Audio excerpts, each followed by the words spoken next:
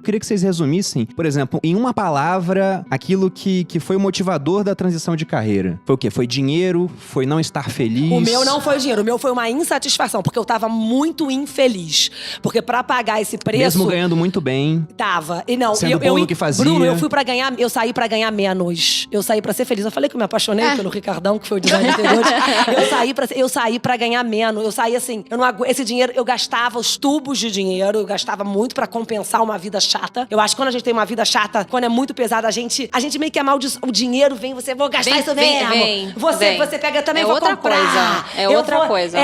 Eu saí e eu falei assim, eu vou trabalhar com uma coisa que dá menos dinheiro, mas eu vou pelo menos ter um dia a dia feliz, eu vou ser mais feliz, eu vou entrar numa coisa que eu gostava, que era um hobby pra mim. E eu sempre tive esse lado criativo, e sempre gostei, sim, de arquitetura, de design, de arte. E quando eu montei as minhas 2 casas, eu comecei a ter as amigas me pedindo ajuda pra montar a casa pra elas, que era uma fase que tava todo mundo ali tendo o seu primeiro apartamento. Eu sempre brinco que quando a gente, até no Instagram, né, quando a gente vai escolher uma profissão, alguma coisa, a gente deveria ouvir o que as pessoas pedem pra gente, né? Porque geralmente é o que você gosta, é o que você faz de melhor. Eu digo até mais do que isso, porque eu gosto de usar uma frase do Isaac Asimov, onde ele fala que o dinheiro é o elogio mais sincero. Então, por exemplo, as suas amigas te pediam dicas, né? E muita gente me pedia dica de finanças também. Aí uma hora eu falei, será que se eu cobrar as pessoas vão continuar pedindo? E alguns continuavam pedindo, mesmo sendo cobrado. Eu falei, então realmente eu posso fazer isso na minha vida. E no meu caso, quando eu decidi mudar, eu fiz um exercício de me visualizar no futuro. Eu era tenente na época no exército, já tinha o objetivo de chegar, né, a ter 1 milhão antes dos 30, que depois mudou pra viver de renda. E quando eu fechava os olhos e via assim, onde é que eu vou estar daqui a 5 anos? E eu não conseguia me imaginar no quartel, fazendo as mesmas coisas, só que eu seria capitão, lidando com mais burocracia e cada vez menos com a atividade que eu achava mais interessante, que era tiro, que era treinamento. O futuro. Quando eu fechava os olhos, eu falava, cara,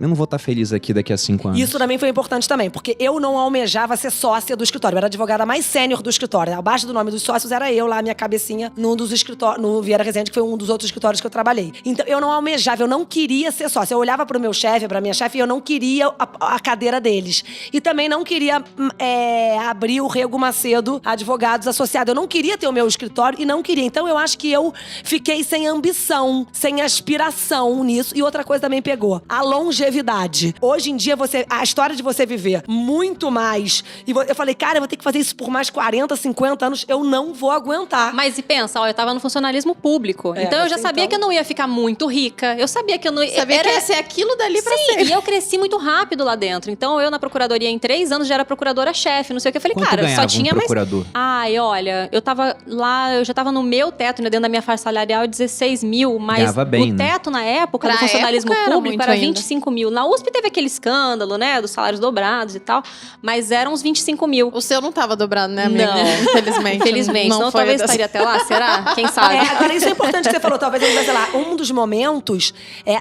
Quando eu chutei o balde, que eu estava de saco cheio e eu resolvi... Fui até dar uma força pra... Eu arrumei a história de ajudar a minha mãe como uma desculpa e já me matriculei no ano seguinte em design de interiores.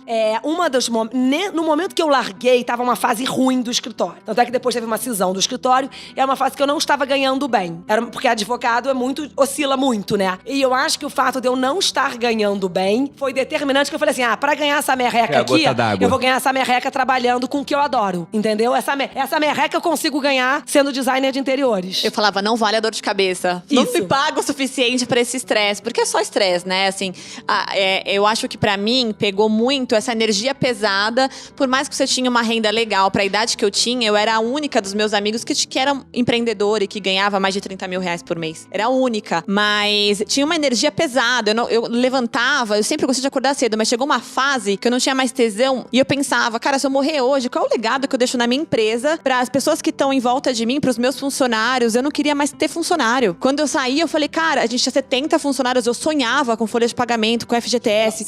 Eu tinha desespero. São Deprimida, 70 né? famílias, né? A gente- Ser funcionário, porque o cara às vezes ficando sustenta a deprimida, família. eu tomei antidepressivo antidepressivo. Eu comecei a fazer terapia por causa do mercado financeiro. Assim, Eu tomava antidepressivo, eu ficava triste. Teve uma época que eu tava tão triste, Gente, não era eu, juro, é outra pessoa, vocês não E descrevem. eu achava que era um problema mental, uma saúde mental minha que estava afetada. E não que era o meu trabalho. E por isso que eu não busquei de imediato uma transição de carreira. Porque eu já tinha um olhar pro design de interiores. Eu gostava muito, né? Fazendo a minha casa também foi aí que eu decidi fazer essa transição. Mas eu ficava sempre presa ali no negócio, né? Eu falei, cara, mas eu construí tudo isso, né? Foram 8 anos, né? Onde a gente chegou, a gente ganhava todos os prêmios de melhor assessoria de crédito imobiliário. Todos os troféus ficavam atrás aqui da gente, assim. Então, eu falava, que deselegante, que desonesto comigo mesmo, né? Que falta de gratidão com a tem gente vida. passando fome, E né? eu aqui, toda premiada, né? Com E um acho monte que quanto de mais gente. tempo dando certo, mais complicado é mudar, né? Muito, Sim. porque tem uma pressão familiar e a sua O interna também. meu pai é um cara CLT. Primeiro, meu pai, a ideia de eu ter uma empresa já não entrava na cabeça do meu pai. Quem vai pagar seu plano de saúde? Como é que vai ser quando você for demitida? Eu falei, não tem alguém pra me demitir, pai. Eu ou vou quebrar ou vai dar certo. A gente tá sempre demitido, sempre desempregado, Não. diariamente. Quem demite a gente é o trabalhando. consumidor. Não, e Na o hora que meu ele quiser, pai, ele demite. quando né? eu resolvi ir pra internet, sair da empresa, meu pai quase morreu. Pai, beijo. Ele falou assim, eu não sei o que ela faz, ela tira foto o dia inteiro. Meu pai fala até hoje que eu sou Muito bom. youtuber. Mas eu acho interessante. você nunca foi, eu né? nunca fui youtuber. Mas vocês estavam falando isso e eu lembrei de que eu já tive uma pequena transição de carreira dentro da internet. Porque eu larguei o YouTube, né? Sim. E foi também uma decisão importante, porque ainda é, né? Um ativo, você Muita gente imagina. até hoje acha absurdo. Muita gente achou absurdo e fala assim, quando é que você vai voltar pro YouTube? Eu falo, nunca.